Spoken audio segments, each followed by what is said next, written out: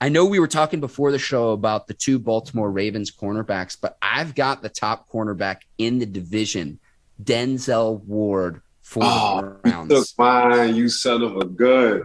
You were trying to trick me pre-show, weren't you? Okay, and here's why. 25 years old, he got the bag this offseason.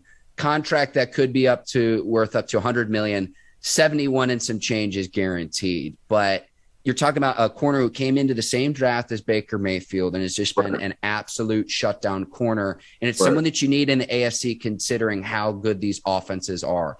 I look at what the Bengals have done with their receivers, with the trio of beasts that they have at the receiver position. You need a player to be able to offset that. And Ward has done that when he's been on the field. 21, he shuts down one side of the field, Ike, and I think he's going to start playing the best football of his career. It's already been very impressive early on, and there's a reason why he got that massive contract extension with the Browns. But I see you trying to psych me out, Ike. Didn't fall No, for it this time. yeah, I tried to get you. But yeah, we can get Miss Courtney her staff. I'm gonna go ahead and say Denzel Ward and Marlon Humphreys. Them the two I was going to talk about for the top two cornerbacks in the AFC North. Denzel Ward to me is a All-Pro caliber cornerback. We saw how much he got paid, and it's a reason why how much Denzel Ward got paid.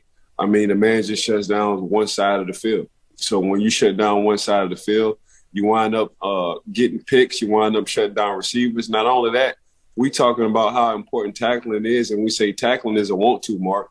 And that's exactly what this guy wants to do. He wants to tackle. Now, Denzel Ward, I think, is graced with both. He can play bump and run, which you're on the line of scrimmage and you're checking the receiver, or he could just sit back and diagnose plays and play off, which is hard. You're either going to be good at one or the other. This guy, Denzel Ward, is good at both. And we all know his ball skills. Man, when the ball is in the air, he feels like he's a receiver as well. But my second guy was Marlon Humphrey. And the reason why I like Marlon Humphrey, he's just an old school throwback Baltimore Ravens kind of cornerback. Just up in your face, coach, let's call man defense. I don't want to sit in the zone. Let me bump and run all day and let me shut down this receiver. Now, Marlon isn't going to get as many interceptions as Denzel Ward because he doesn't like playing off coverage. But if you just want a guy who's going to disrupt time and get in your face, play big receivers, and also come up on a run as well, that's going to be Marlon Humphreys. If you just want to call man coverage all day, the personnel that the Baltimore Ravens have between him and Marcus Peters, they're just going to play that coverage all day and let their linebackers roam free in the Patrick Queens. So for me, I think these two, I think Denzel Ward is an all-pro caliber corner. I think Marlon Humphreys is a Pro Bowl caliber corner. But I think if you put these two on the same team, man, they'll be able to lock down any kind of thing you want, any kind of receiver you want them to. But I'm going to go with Denzel Ward. There's a reason why Denzel Ward got the bag, because Denzel Ward can do it both. He can play on or he can play off, and he can make plays whether he's on or off, and he doesn't mind tackling. I think Marlon is more of a bump and run corner than anything. I'll go to Humphrey in just a second, Ike. I'm going to go back to week 9 of the 2021 season. Denzel Ward going head-to-head against Jamar Chase. Holds Chase to 6 catches for 49 yards, which doesn't sound amazing, but considering what Chase did to other corners in this league as a rookie, was very impressive. Ward had a 99-yard interception return in that game. And after the game, this is what Chase told the media, and this is a direct quote. He says, the first person I really started to study was that freaking cat from the Browns. I like his game a lot. He's so good and so patient. He doesn't get beat often. And when he does, he gets beat with his eyes, end quote, Ike. Listen to the players. Correct. Now, you're doing right. I mean, Coach LeBeau said it best. Your eyes can be your best friend or your worst enemy. You know, if you have your eyes where they need to be, you're going to forever be in position to make plays. If you got your eyes in the wrong area, your butt going to be sitting on the bench with me. Oh, man. All right. So, Ike, with Humphrey, I'm surprised you didn't mention this because you were talking about the bump and run coverage, almost the Mel Blount style of taking out a receiver and physically imposing your will. And the reason why I mentioned Mel Blount is 1978, Ike. the NFL outlawed to where you can't touch a receiver beyond 5 yards because of how good Mel Blount was at absolutely disrupting other receivers. So he's got that.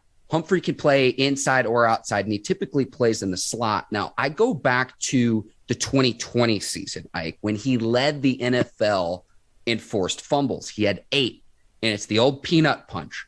Peanut Charles Tillman, your old college teammate, was great at this. And this is why this is important, Ike, because when we talk about defensive backs, we always focus on the interceptions. And don't get me wrong, interceptions are great. But here's the analogy that I'm going to say in terms of turnover creation, if you're actually going to be smart about football.